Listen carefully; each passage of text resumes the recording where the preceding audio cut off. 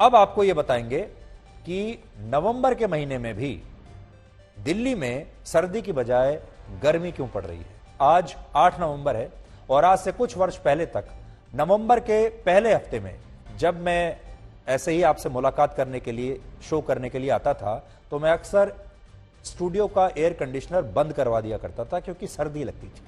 लेकिन आज मुझे एसी की सख्त जरूरत महसूस हो रही है। इस समय यहां फुल स्पीड पर एसी चल रहा है स्टूडियो में।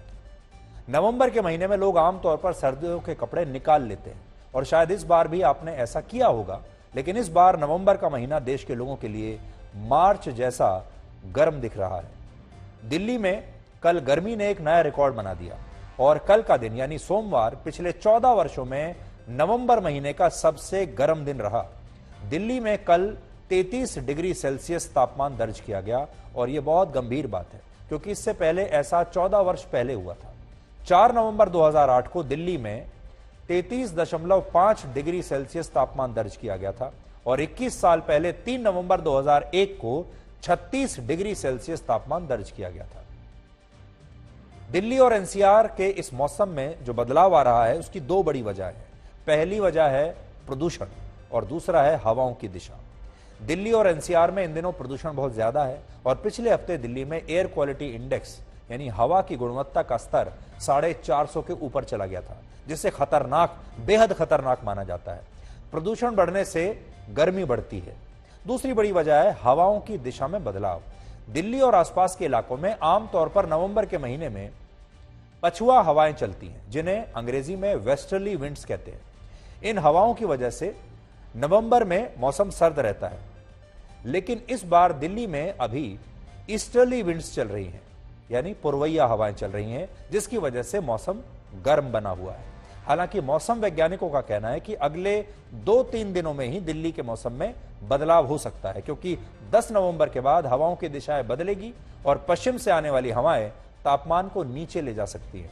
इसके साथ ही इस वक्त कश्मीर और हिमाचल प्रदेश में वेस्टर्न डिस्टर्बेंसेस यानी पश्चिमी जो डिस्टर्बेंसेस होती हैं वो भी बनी हुई हैं, जिसकी वजह से इन प्रदेशों में ऊपरी इलाकों में बर्फबारी हुई है।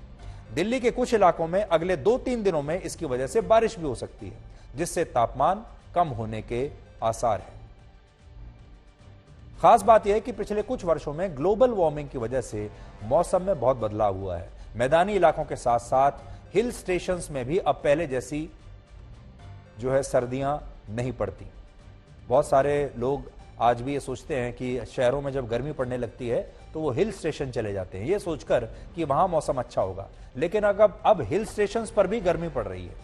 2016 में जलवायु परिवर्तन से संबंधित एक स्टडी में यह बात पता लगी कि 1970 के बाद से देश के 5 बड़े हिल स्टेशंस शिमला, दार्जिलिंग, कोडाईकनाल, मडिकेरी और श्रीनगर में हर 10 वर्षों में 0.4 डिग्री सेल्सियस तापमान बढ़ रहा है और इस तरह पिछले 40 वर्षों में इन हिल स्टेशंस के तापमान में करीब 2 डिग्री सेल्सियस की वृद्धि हो चुकी है, यानी गर्मी बढ़ती जा रही है।